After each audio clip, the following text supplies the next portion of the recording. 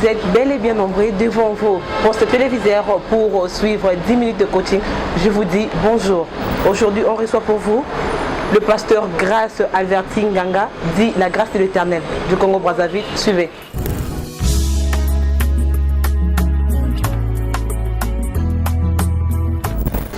Je suis le pasteur Grace Alberti Nganga, communément appelé la grâce de l'Éternel.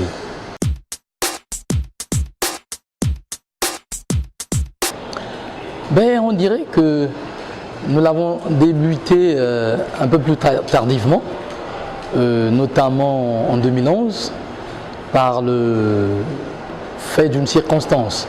Et l'appel me surprend à Pointe-Noire, où je suis allé en fait à la quête d'un emploi parce que j'avais été appelé pour passer un test que j'avais brillamment réussi, mais certainement Dieu a eu un autre plan derrière cela. Et voilà donc comment on s'est retrouvé en train de servir Dieu.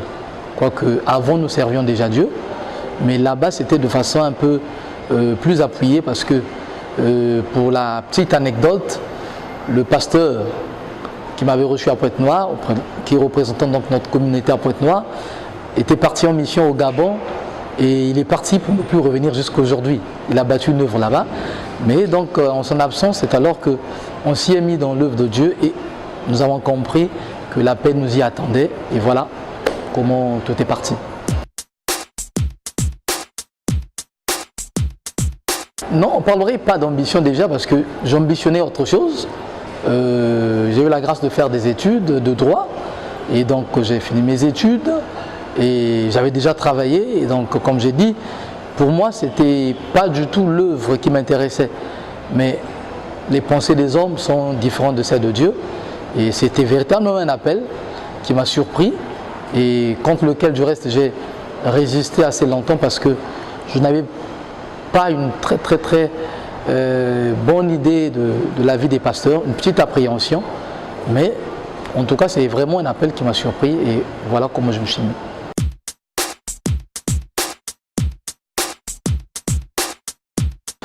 Bon, je dirais que ce n'est pas systématique, ni non plus automatique. Il peut arriver que papa ayant été pasteur, le fils aussi s'y retrouve pasteur. Mais ce n'est pas que ce soit une dynastie, une monarchie qu'on veut établir. Mais il s'agit de l'appel véritable. Donc ce n'est pas quelque chose qu'il faut faire de façon systématique parce que moi je suis pasteur et que je dirige une église et que mes enfants nécessairement aussi prendront la relève. Mais Dieu peut appeler véritablement et le Père, mais aussi le Fils. Et quand c'est l'appel qui est authentique, quand c'est une vocation, il n'y a pas de mal à ce que le Fils soit pasteur par la suite. Mais en tout cas, ce ne sera jamais une monarchie, un royaume qu'on veut se constituer.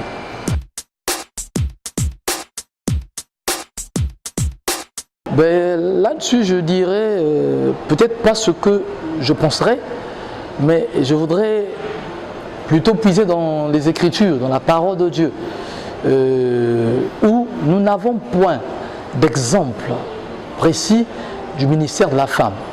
Il faudrait faire un petit distinguo et mettre un petit bémol là-dessus. La femme peut pouvoir exercer dans l'œuvre du Seigneur en tant que servante.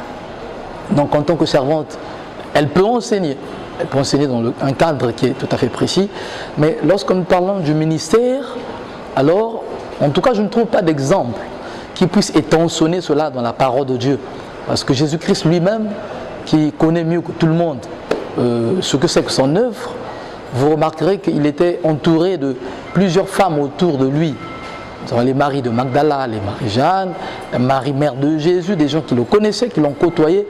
Mais lorsqu'il s'en va et qu'il établit l'église, il n'établit aucune femme pasteur, aucune femme docteur, aucune femme prophétesse, aucune femme évangéliste.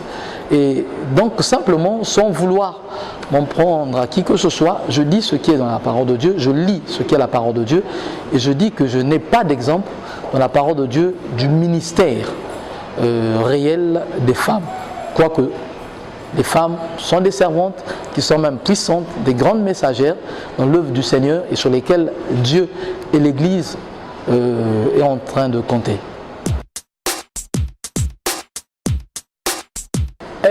elle peut enseigner, elle peut enseigner les femmes, elle peut enseigner aussi, je dirais, même les hommes, mais dans un certain cadre d'évangélisation.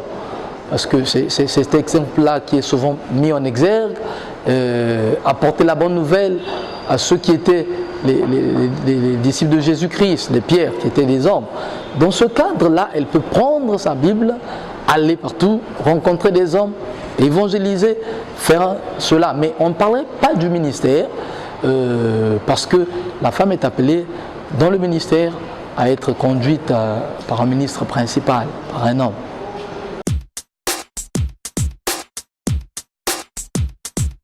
Je dis merci au Seigneur pour de telles initiatives et que Dieu bénisse abondamment ceux qui ont eu cette inspiration qui vient assurément de Dieu.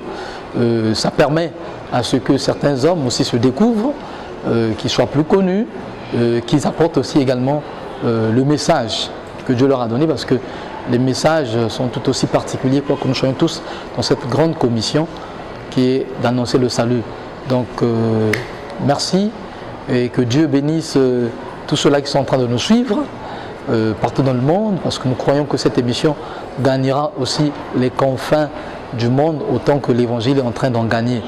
Donc Dieu bénisse et merci à tous ceux-là qui sont derrière cette caméra. Et nous rendons grâce à Dieu qui nous fortifie, qui nous donne la force davantage de porter le message qu'il nous a confié. Merci.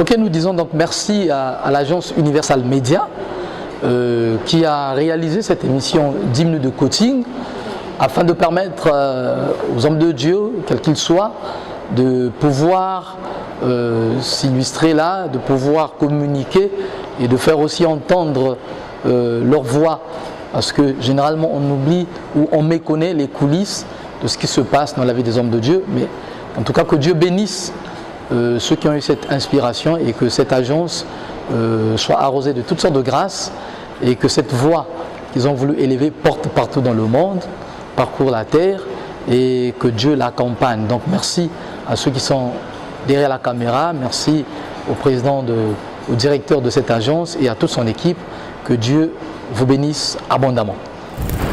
C'est la fin de cette émission. Un grand merci à toute l'équipe technique qui m'a soutenu et on se retrouve prochainement pour un autre numéro. Bye.